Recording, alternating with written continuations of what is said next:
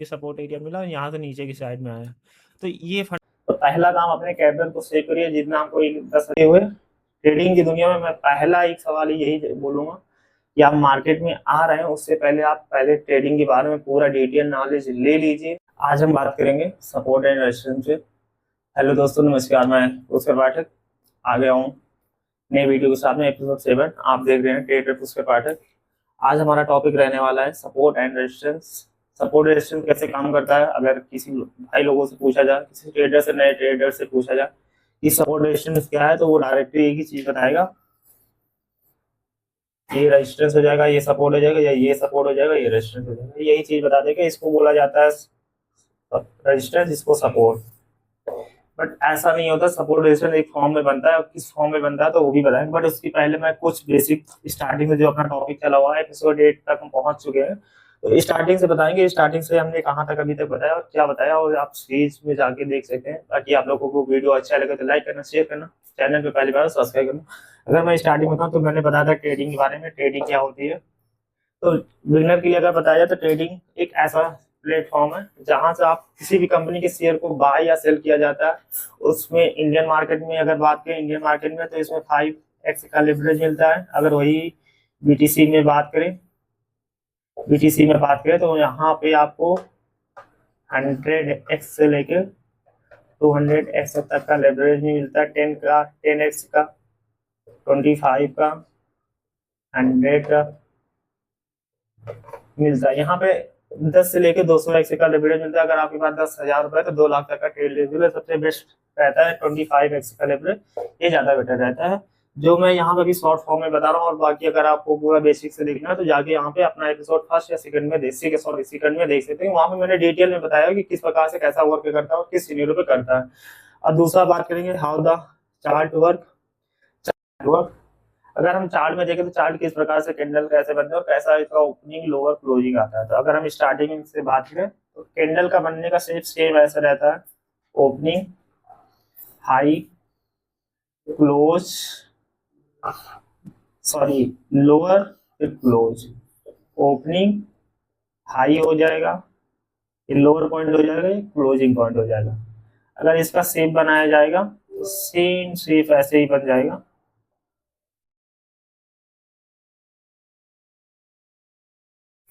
ये सीधा candle work में, अगर चार्ट में अगर बात करें सीधा ऐसे चार्ट वर्क करता है। चार्ट मेन तरह से अगर देखा जाए तो कैंडल के ऊपर करता है।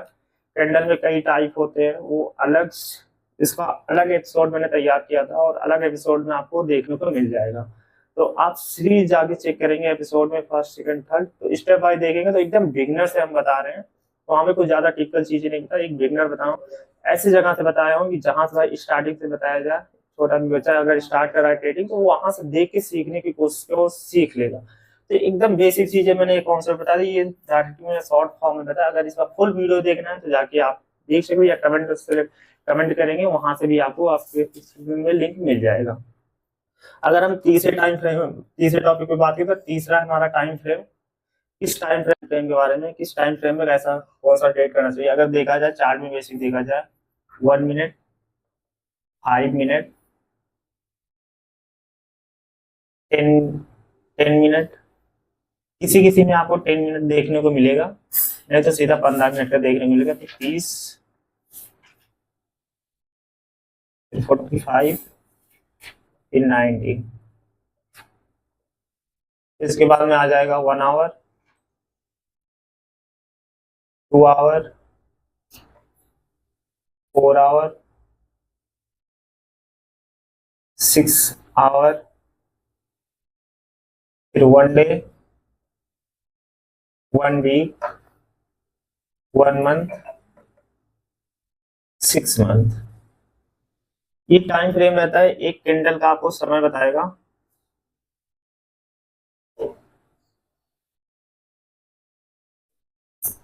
ये 1 मिनट के कैंडल में कितना क्या बन रहा है, 5 मिनट के कैंडल में कितना कैंडल बना हुआ है, 10 मिनट की। ये अगर 1 मिनट के टाइम फ्रेम पे लगाएंगे तो 1 मिनट की एक कैंडल दिखाएगा। अगर आप 5 मिनट के टाइम फ्रेम पे लगाएंगे तो 5 मिनट की एक पूरी कैंडल बताएगा कि 5 मिनट में क्या हुआ। वही चीज अगर 30 मिनट की कैंडल लगाएंगे 30 मिनट में बताएगा 30 मिनट में पूरा मार्केट का क्या सीरीज हो रहा। और 1 डे का भी लगाएंगे वन डे का लगाएं या 6 आवर का लगाएं, 1 वीक का, 1 मंथ का, 6 मंथ का।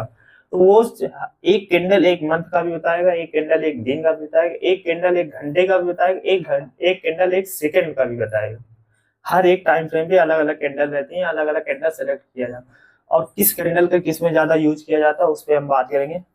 अगर आप स्कैल्पिंग कर रहे हैं, मैं ज्यादा डिटेल में नहीं जा रहा हूँ क्योंकि डिटेल में ऑलरेडी बता चुका हूँ, मैं शॉर्ट में खाली बता रहा हूँ, तो मैं शॉर्ट में भी बता रहा हूँ यहाँ पे। अगर स्कैल्पिंग करेंगे तो 1 मिनट से लेके 5 मिनट के बारे में, इंट्राडे में तो 15 मिनट से 30 मिनट के बारे में बात करेंगे, 30 मिनट में स्विंग ट्रेड कर रहे हैं तो 1 आवर से 4 आवर के बीच में रहेंगे, टाइम फ्रेम की बात करेंगे। अगर इन्वेस्टिंग की बात करें तो 1 डे से 1 वीक 1 आवर की बात करेंगे, सॉरी 1 आवर पहले रहेगा, मैंने लास्ट में लिखा हुआ है। तो ये शॉर्ट फॉर्म में मैंने यहाँ पे बता दिया। फुल वीडियो आपको यूट्यूब पे ही मिलेगा, एपिसोड के अंदर मिलेगा, हर एक चीज का अलग टाइटल डाला होगा, तो वहां से आप देख के देख सकते हैं। बिगनर का पहला जवाब एक सवाल एक ही रहता है कि ट्रेडिंग के लिए उसको कितना कैपिटल होना जरूरी है। और मैं एक बात बता दूं, कैपिटल को ट्रेडिंग की दुनिया में, कैपिटल को आपका जो पैसा अकाउंट में डालते हैं उसी को कैपिटल कैसे कहते हैं। अगर आप इंडियन मार्केट में ट्रेड करना चाहते हैं तो उसका भी डिस्क्रिप्शन में लिंक है, धन का है, अब स्टॉक का है, किसी में भी जाके, या किसी का वो नहीं कर रहा कि प्रचार ऐड कर रहा हूँ या प्रचार कर रहा हूँ, आपको मैं बता रहा हूँ तो उसी पे लीजिए, आप किसी में जाके अकाउंट ओपन कर सकते हैं।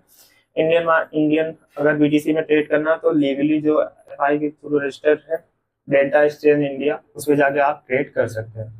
तो मैं अब ये बताऊंगा कि कितना एक बिगिनर को, पहला सवाल यही रहता है कि कितना पैसा होना चाहिए ट्रेड करने के लिए। तो मैं थोड़ा एक छोटा सा एग्जांपल लेके बताऊंगा यहाँ पे। ए पर्सन है, बी पर्सन है और सी पर्सन है। ए पर्सन के पास 10,000 है, 10K कैपिटल है। बी पर्सन के पास 1 लाख का है और सी पर्सन के पास में 10 लाख का है।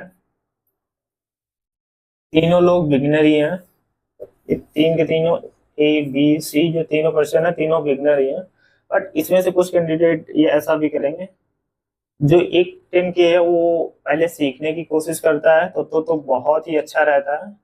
नहीं तो उसके पास कैपिटल कम है तो वो पहले सीखने की कोशिश करेगा, बट जो 1 लाख और 10 लाख वाला है वो नहीं सीखने की कोशिश करेगा, वो डायरेक्टली ट्रेड करने की कोशिश करेगा और वो ये भी जीरो कर देगा अपना सारा कैपिटल, और 10 लाख वाला भी जीरो कर देगा, क्योंकि बिना सीखे हुए ट्रेडिंग की दुनिया में मैं पहला एक सवाल यही बोलूंगा कि आप मार्केट में आ रहे हैं उससे पहले आप पहले ट्रेडिंग के बारे में पूरा डिटेल नॉलेज ले लीजिए। हर एक टॉपिक पे आपको इतनी पकड़ होनी चाहिए कि किस टॉपिक पे कैसा वर्क होना है और किस प्रकार से हमको अपने टॉपिक को फाइनल करना है, सीख के आगे बढ़ना है। बिना सीखे हुए आएंगे, ट्रेडिंग इतना गहरा है, वो आपको लाखों करोड़ों दे देगा और आपका लाखों करोड़ों ले भी लेगा, तो उतना जरूरत है। तो स्टॉक मार्केट में आने से पहले पहले हर एक चीज का नॉलेज ले लीजिए, सपोर्ट रेजिस्टेंस, हर एक बेसिक से basic advanced to advanced level का, क्योंकि स्टॉक मार्केट में आपको जिंदगी भर सीखने को मिलेगा। हर एक ट्रेड हर एक मंथ अलग से ट्रेंड फॉलो करता है, एक मंथ के बाद दूसरा फॉलो करता है। तो इंडियन मार्केट में ये चीजें ज्यादा देखने को मिलती है। 6 मंथ आपकी कोई स्ट्रेटजी काम करी है, 6 मंथ बाद वो स्ट्रेटजी नहीं काम करी, क्योंकि मार्केट हर एक सिनेरियो बदलता रहता है, कभी वीकली एक्सपायरी आती है, कभी मंथली एक्सपायरी आती है। तो उसी हिसाब से आपको हर एक ट्रेंड को नॉलेज, हमेशा नॉलेज लेता ही रहना है। बट ट्रेडिंग के लिए बेसिकली कैपिटल की रिक्वायरमेंट बताऊंगा, 10K रखें, 10K से बहुत अच्छा सिनेरियो रहेगा, उसमें से आप स्टार्ट करेंगे, आप सीखने की कोशिश करेंगे, लर्निंग करेंगे, लर्निंग के बाद में एक अच्छा सा आपका कैपिटल धीरे धीरे ग्रो होगा, बट एक अच्छा सा लेवल में रहेंगे। बट 1 लाख लेके आ रहे हैं, आप सीखने की कोशिश नहीं करें, अगर वही चीज सीख के करेंगे तो 1 लाख का 10 करोड़ भी बना के निकल जाएंगे, कोई बड़ी बात नहीं। स्टॉक मार्केट में 1 लाख का 10 लाख बनाना कोई बड़ी बात नहीं है, बट समय लगेगा। ये भी नहीं कि 1 लाख का 10 लाख एक ही दिन में बना जाए, तो ये भी गलत चीज है। वो आप ट्रेडिंग के पर्पज से, बिजनेस के पर्पज से नहीं आ रहे हैं, ये सीधा जुए के पर्पज से आ रहे हैं कि आप जुआ के खेलने के लिए आ रहे हैं, मेरे पास 1 लाख रुपया, मुझे 10 लाख बना के जाना है। तो इससे बढ़िया यहाँ से अच्छा किसी क्लब में जाए, किसी अदर चीज में जाए, वहां से आप ये चीज कर सकते हैं। ट्रेडिंग में ये चीज एक दिन में पॉसिबल है, बट कभी कभी ऐसा होता है कि मार्केट आपके फेवर बहुत अच्छा रहता है, आपका बाई लगता हो जाता है, एक अच्छा सा रिवॉर्ड वहां पे देखने को, आपका ट्रेड आपके अगेन मिल जाता है। तो मेरा ये पहला है, और इसका फुल वीडियो आपको भी देखने को मिलेगा, यूट्यूब की डिस्क्रिप्शन में लिंक है, मैं सारा टॉपिक का वीडियो का लिंक डाल दूंगा, वहां से आप जाके चेक कर सकते हैं। तो हमारा 5वां टॉपिक रहने वाला है स्टॉप लॉस के बारे में। स्टॉप लॉस क्या होता है? अगर मैं स्टॉप लॉस की बात करूं, अगर आपके पास 10K का कैपिटल है, डेली आप 1% का लॉस लिमिट ले रहे हैं, एसएल ले रहे हैं, सॉरी एसएल ले रहे हैं, एसएल को स्टॉप लॉस बोलते हैं, एसएल ले रहे हैं, तो आपका लमसम 1000 जाएगा। अगर मान लीजिए हम 10,000 का 10,000 के 1% का लॉस लेंगे, दिन में 3 ट्रेड करते हैं तो 3,000 ये लॉस में जाएगा, तभी हमारे पास 7,000 रुपये बचे रहेंगे। स्टॉप लॉस लगाने का मतलब मेन सिनेरियो यही होता है। मैं थोड़ा सा चार्ट के टाइप में बताऊंगा, यहाँ बताने की कोशिश करूंगा। यहाँ पे मान लीजिए मार्केट ये है, ऊपर जा रहा है, आपने यहाँ पे सपोर्ट एंड रेजिस्टेंस देखा, यहाँ पे आपने एंट्री बनाया, यहाँ तक का टीपी टारगेट और एसएल हमने यहाँ पे रखा, ये हमारा एसएल है। और यहीं पे मैंने मान लीजिए 1000 का एसएल लगा दिया कि मेरा 1000 के नीचे आएगा तुरंत एग्जिट हो जाएगा। और हम टीपी अपना चेंज भी कर सकते हैं या स्टॉप लॉस भी टेल कर सकते हैं, ये भी अलग सिनेरियो होता है। बट जैसे बहुत सिनेरियो रहता है कि आप देख नहीं रहे तो एसएल टीपी दोनों लगाते हैं, बट मैं खाली एसएल लगाता हूँ, मैं टीपी कभी नहीं लगाता हूँ, टेल करते हुए रहता हूँ। तो बाई चांस मार्केट यहाँ से ऊपर ना जाने की बजाय यहीं पे सपोर्ट लिया या इधर कहीं सपोर्ट लेके फिर यहीं से मार्केट बहुत तेजी से गिर गया या कोई न्यूज आ गई तो मार्केट सीधा नीचे आ गया, तो यहाँ पे हमारा लंबा बड़ा लॉस और 10K का जो कैपिटल है, 10K का पूरा ना जाके सिर्फ 1000 का ही कैपिटल का लॉस होगा। ये इसलिए स्टॉप लॉस लगाया जाता है। इसका भी फुल वीडियो आपको देखने को मिलेगा, वहां पे आप जाके चेक कर सकते हैं। अब यहाँ पे हम 6 पॉइंट पे बात करेंगे, ओवर ट्रेड। जैसे मान लीजिए मैं इसी टॉपिक में मैं तीनों का टॉपिक का एक में किया हूँ। मैंने पहले इसी में बताया कि आपका कैपिटल कितना हो जाए, फिर इसके बाद मैं सेल बता दिया। अब यहीं पे मैं ओवर ट्रेडिंग के भी बारे में बता दूंगा। ओवर ट्रेडिंग क्या होती है, मान लीजिए आप दिन में एक फिक्स टाइम कर लीजिए कि मुझे दिन का 4,000 5,000 का लॉस लेना या 4 से 5 ट्रेड करने, मिनिमम से मिनिमम 3 ट्रेड करिए। अगर आपका 2 का स्टॉप लॉस हिट होता है तो सेटअप को क्लोज कर दीजिए। मेरा भी वही रोल है, मैं उसी रोल को फॉलो करता हूँ। तो आप अगर ओवर ट्रेडिंग कर रहे हैं, मान लीजिए आपके पास 10K का कैपिटल है और एक के पास 1 लाख का कैपिटल है, या दोनों को मैं बराबर रखता हूँ। 10K का इसका भी है, ये दिन डे का 3 ट्रेड करता है और ये भी डे का, इसका कोई फिक्स नहीं है कि ये डे में कितना ट्रेड करे, 5 करे या 10 कर दे। और मान लीजिए ये बंदा दिन का 500 का लॉस रखता है और ये भी 500 का ही लॉस रखता है। ये दिन का 10 ट्रेड कर रहा है, इसका 5,000 हो जाएगा। और ये 3 ट्रेड कर रहा है तो इसका लॉस लिमिट होगी 1,500, क्योंकि ये 3 ट्रेड कर रहा है और ये 10 ट्रेड कर रहा है। ये ओवर ट्रेड कर रहा है, ये रोल के हिसाब से ट्रेड कर रहा है। इसका मान लीजिए अगर तीनों लॉस होता है तो ये 10,000 के कैपिटल में से इसका 1,500 का लॉस होता है, 10 की कैपिटल में से 1,500 का लॉस हो जाता है। इसके पास 8,500 बचा रहेगा। और मान लो एक ट्रेड और लेता है, उसका वहां से प्रॉफिट हो जाए या नहीं भी होता तो इसको भी, अभी मैं स्टॉप लॉस की बात कर रहा हूँ। और ये 5,000 है और 5,000 में इसका 10K का कैपिटल है और 5,000 का इसका लॉस हो जाता है। इसका 5,000 का लॉस हुआ तो ये रुकेगा नहीं और ट्रेड करेगा, बट इसका 1,500 का लॉस हुआ, ये रुक जाएगा। अगर बाई चांस ये भी अभी बढ़ता है, 3 ट्रेड के बजाय 4 ट्रेड ले लेता है, 4 ट्रेड का इसका लिमिट है, तो ये मान लो एक ट्रेड में प्रॉफिट हो जाता है, तभी एक अच्छा खासा रिव्यू देखने को मिलेगा। इसके पास मैं मोटा मोटा 8500 ही रख रहा हूँ, इसके पास अभी 8500 रुपये एक दिन का बचा हुआ है और इसके पास 5,000 है। अदर पे नहीं, आगे नहीं गया मैं। ये 8500 में खुश है, ये 5,000 में खुश है और इसका मान लो और प्रॉफिट भी हो गया तो मान लो ये 10,000 के करीब फिर पहुंच गया। बट मंथ एंड तक एक चीज देखने को मिलेगा, ये एक अच्छा सा प्रॉफिट में रहेगा और ये लॉस में रहेगा, क्योंकि चाहे जितना ये ट्रेड कर ले इसको टैक्स भी करना, ब्रोकरेज देना, अलग चार्ज भी देना है। मंथ एंड तक ये बंदा ग्रीन में रहेगा, प्रॉफिट में रहेगा। बट ये बंदा जो 10K का B% था, ओवर ट्रेड करता था, ये लॉस में ही रहेगा। तो इसीलिए बोलूंगा कि ओवर ट्रेड को रोका जाए। ओवर ट्रेड से रोकने से क्या फायदा होता है, आपको बेनिफिट में एग्जांपल के थ्रू आपको बता दिया। 10K के ही कैपिटल में ये बता दिया क्या पॉइंट व्यू हमारे पास रहेगा।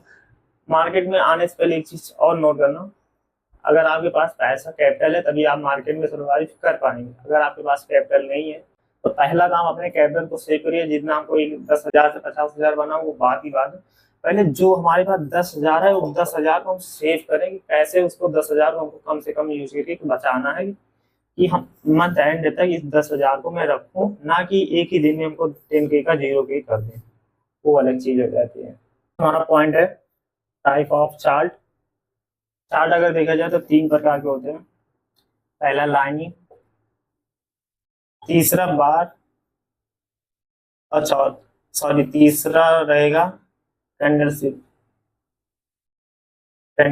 चार्ट।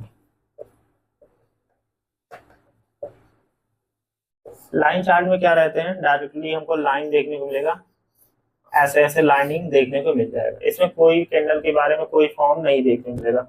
चौथा बार रहेगा। बार चार्ट में एक चीज ये देखने को मिलेगा, वो ओपन हाई लो क्लोज चारों देखने को मिलेगा। जैसे इसका ओपनिंग हो जाएगा, हाई हो जाएगा, लोअर हो जाएगा, क्लोजिंग हो जाएगा, लोअर क्लोजिंग ओपनिंग हाई, ये चारों चीज बार चार्ट में आपको देखने को मिलेगा। कैंडलस्टिक चार्ट में सबसे मोस्ट इंपॉर्टेंट कैंडलस्टिक चार्ट होते हैं, इसी का हर एक ब्रोकर अल्टरनेट यही देता है। अगर आप किसी भी ब्रोकर को ओपन करेंगे तो यही कैंडलस्टिक पैटर्न का चार्ट आपको देखने को मिलेगा। इसका फॉर्म कैसा रहता है, opening high lower closing, opening high lower closing. इसमें भी आपको सारी चीजें देखने को मिलेगी। हर एक लोग यही चीज को ज्यादा फॉलो करते हैं, इसी बेस पे कैंडलस्टिक पे ही काम करते हैं, ज्यादा से ज्यादा लोग इसी पे वर्क करते हैं। और इस चार्ट को, लाइनिंग चार्ट को ज्यादातर लोग इन्वेस्टिंग के लिए देखते हैं, जो लॉन्ग टर्म के लिए देखते हैं कि मार्केट की रेंज पता करने के लिए मार्केट अप साइड में या डाउन साइड में या साइड में चल रहा, तो ये इन्वेस्टिंग के लिए ज्यादा फेमस है। बाकी इसमें चारों चीज देखा जाता है, बट मोस्ट इंपॉर्टेंट ये कैंडलस्टिक चार्ट देखा जाता है, जो कि मोस्ट इंपॉर्टेंट रहता है, क्योंकि हर एक चीजें आपका, हर एक सेटअप, हर एक लॉजिक, हर एक ट्रेड लेने का लॉजिक यहीं से आपको देखने मिलेगा, अदर कहीं से नहीं देखने को मिलेगा। तो जो कुछ होता है कैंडलस्टिक चार्ट पे ही देखने को मिलता है। अब इसके बाद में हम बात करेंगे सपोर्ट एंड रेजिस्टेंस के बारे में। मान सकता हूँ वीडियो बड़ा हो गया होगा, तो बेसिक से मैं स्टार्टिंग से मैंने एक बार बोला कि सोचा कि मैंने बता दूं, हर एक चीजें देख लेते हैं। तो ये अपना बेसिक से एडवांस तक के सीरीज में अपना आज का एपिसोड 8 रहने वाला है। तो हम बात करेंगे सपोर्ट एंड रेजिस्टेंस के बारे में। सपोर्ट रेजिस्टेंस क्या होता है, कैसे वर्क करता है, किस प्रकार से इसको हमको यूज करना चाहिए। सपोर्ट एरिया और रेजिस्टेंस से बात करेंगे कि रेजिस्टेंस और सपोर्ट क्या होता है। अगर एक बेसिक फॉर्म में बताया जाए, कोई कैंडल यहाँ पे बन रही है, यहाँ से जाके ऊपर बार बार इसी एरिया पे रेजिस्टेंस ले रही है,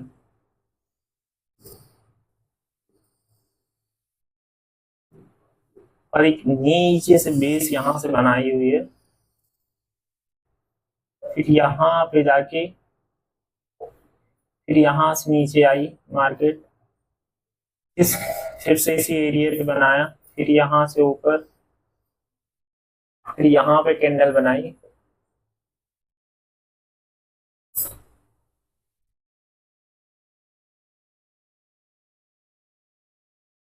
तो सेम टॉपिक यहाँ पे कर दिया,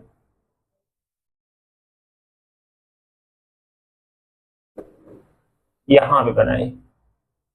तो इसमें से एक चीज ये देखा जाएगा, ये सपोर्ट एरिया हो जाएगा, और इसको हम रेजिस्टेंस बोलेंगे।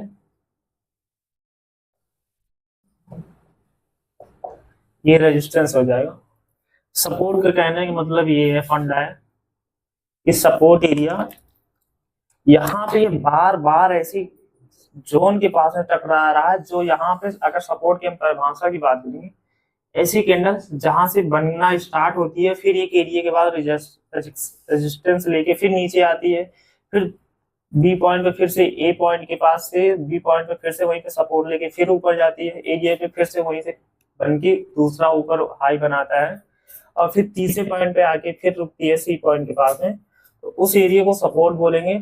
सपोर्ट एरिया में एक चीज मेन चीज को फोकस करेंगे कभी भी लाइन नहीं ड्रॉ करेंगे, हमेशा चार्ट बॉक्स टाइप में बनाएंगे, क्योंकि जरूरी नहीं कि बार बार इसी एरिया थोड़ा सा ऊपर नीचे होगा। मैं अभी स्क्रीन पे भी दिखाऊंगा वो चीजें, स्क्रीन पे भी ले चल के वहां से दिखाया जाएगा।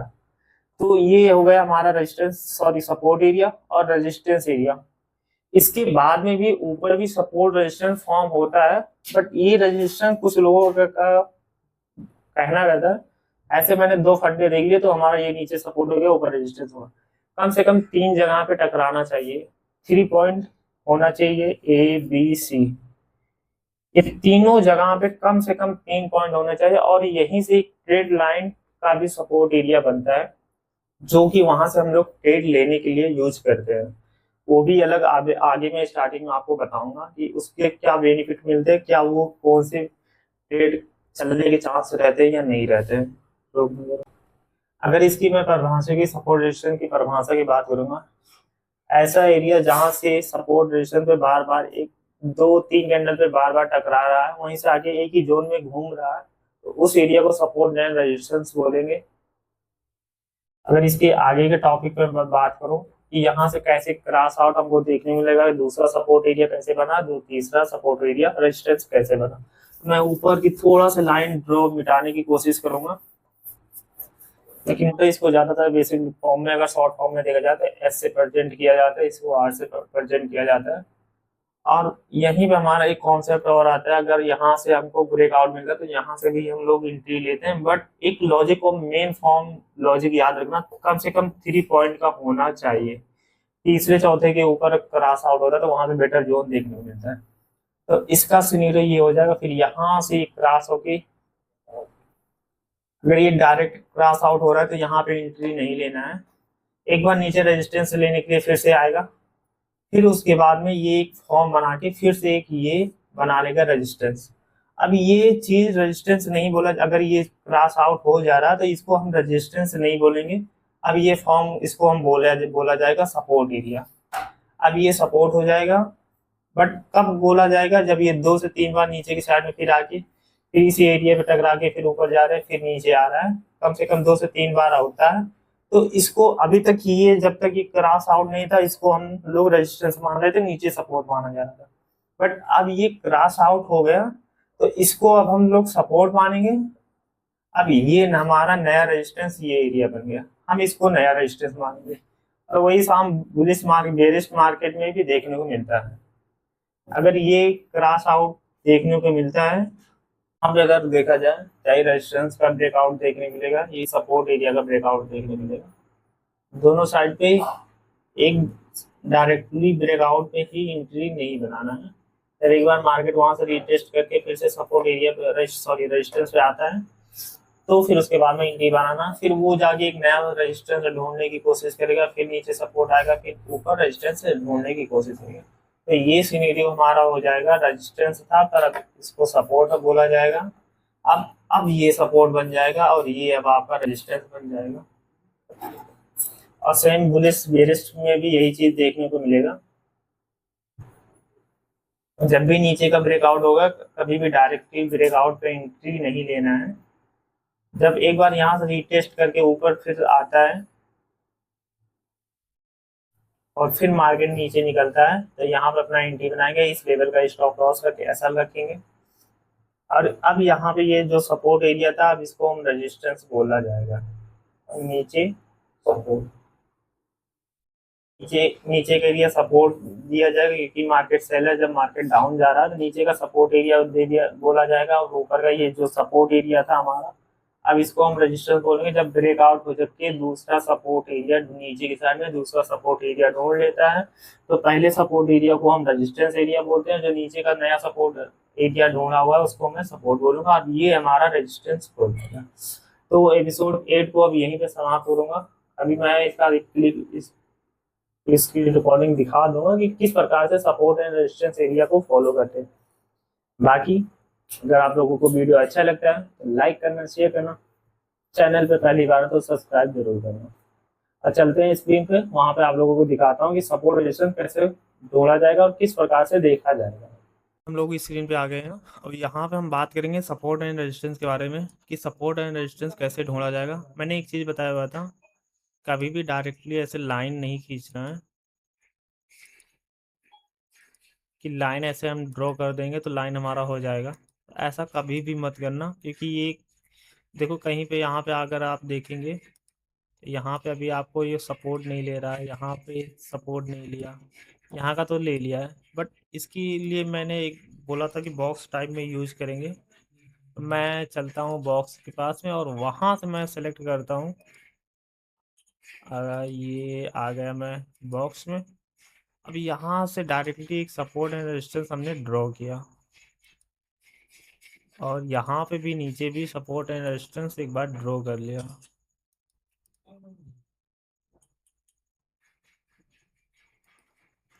जैसे हमने यहाँ पे बॉक्स ले लिया तो ये हो जाएगा हमारा सपोर्ट एरिया, और ये हमारा रेजिस्टेंस का काम करेगा। और देखो मैंने बोला था कम से कम 3 पॉइंट का सपोर्ट एंड रेजिस्टेंस एरिया हमेशा देखने की कोशिश करना। फर्स्ट पॉइंट हो गया ये हमारा थोड़ा नीचे, बट उसको लिया जाएगा। और ये हमारा तीसरा पॉइंट हो गया, और ये नीचे का अगर देखा जाए तो फर्स्ट, सेकंड, ये थर्ड, और ये फोर्थ हो गया। और यहाँ पे एक चीज़ आप ध्यान देना, यहाँ पे देखो मैंने क्या चीज़ बोला था कि डायरेक्टली अगर डायरेक्टली ब्रेकआउट होता है तो आप कभी भी एंट्री, यहाँ पे डायरेक्टली एंट्री मत बनाना। रीजन लॉजिक मैंने क्या दिया था कि यहाँ पे सपोर्ट एक फेक ब्रेकआउट भी देखने को मिलता है। अगर यहाँ पे आप यहाँ पे इस कैंडल पे जब तक क्लोजिंग नहीं होता तब तक आप एंट्री नहीं बनाते, तो यहाँ पे आपका स्टॉप लॉस रखते।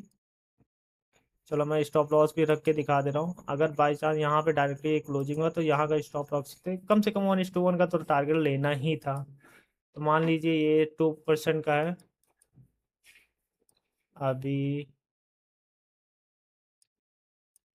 2% का हमारा कहाँ पे आ रहा है, अब देख लो 2% का हमारा यहाँ पे टारगेट नहीं देखने में, तो क्या होता हमारा स्टॉप लॉस होता। मैंने क्या सजेशन दिया था कि जब तक एक बार नीचे के सपोर्ट आके रेजिस्टेंस एरिया के बाद में फिर से जब तक ऊपर क्रॉस आउट नहीं होता है तब तक दोबारा एंट्री नहीं। अब देखो यहाँ पे हमको क्रॉस आउट मिला, यहाँ पे हमने एंट्री बना, इस लेवल के पास में एंट्री बनाता और 1:1 का टारगेट रखता आराम से, 1:1 का टारगेट रखता। और यहाँ से देखो कितना लंबा ब्रेकआउट देखने को मिला हुआ है। अब ये रियल मार्केट की बात बता रहा हूँ, हम स्टॉप लॉस टेल करते हुए चलते हैं, हमारा 1.5% का स्टॉप लॉस है और 10-10.5% का हमारा टारगेट मिल रहा है। मतलब आप सोच सकते हैं कितना बड़ा यहाँ पे रेशियो देखने को मिलता है। ये सिर्फ और सिर्फ बेसिक, और यहाँ पे मैंने कोई भी चीज़ ऐड नहीं किया, सिर्फ सपोर्ट एंड रेजिस्टेंस पे काम किया। लेकिन अब ये हमारा सपोर्ट एरिया बन गया है। अब इसमें नया रेजिस्टेंस एरिया, मैं नया रेजिस्टेंस एरिया भी बताने की कोशिश करूंगा कि अगर देखा जाए तो नया रेजिस्टेंस एरिया हमारा ये हो जाएगा। अब ये नया रेजिस्टेंस एरिया अगर छोटा सा अगर देखा जाए तो यहाँ पे एक नया सपोर्ट रेजिस्टेंस भी देखने को मिलेगा। तब ये हमारा सपोर्ट एरिया हो जाएगा, ये रेजिस्टेंस एरिया हो जाएगा। फिर अब तीसरा सपोर्ट एरिया हमारा रेजिस्टेंस एरिया यहाँ ऊपर पे ले रहा है, क्योंकि यहाँ से इतना हैवी सपोर्ट एरिया मिला, यहाँ से नीचे की साइड में आया।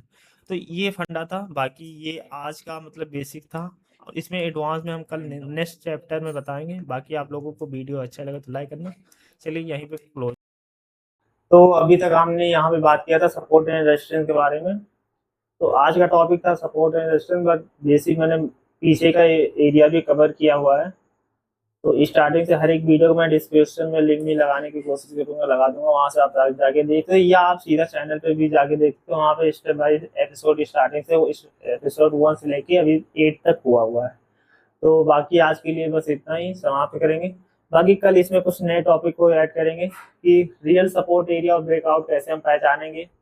रियल और सपोर्ट एरिया से और ब्रेकआउट से ही हम ट्रेड लाइन पे भी ट्रेड लेते हैं, तो किस लॉजिक पे लेते हैं और कैसा लॉजिक रहता है और किस प्रकार से लिया जाता है। तो कल हमारा नेक्स्ट टॉपिक वही रहने वाला है। अगर आप लोगों ने अभी तक सब्सक्राइब नहीं किया तो सब्सक्राइब करके जरूर रखना, वीडियो को लाइक करना, शेयर करना और कमेंट करके एक प्यारा सा आइडिया जरूर देना कि आपको किस टॉपिक का क्या वीडियो अच्छा लगा या नहीं, या नया कोई टॉपिक चाहिए एडवांस में तो वो भी बता सकते हैं। बाकी वीडियो को क्लोज करते हैं, मिलते हैं नेक्स्ट वीडियो, तब तक के लिए जय श्री राम।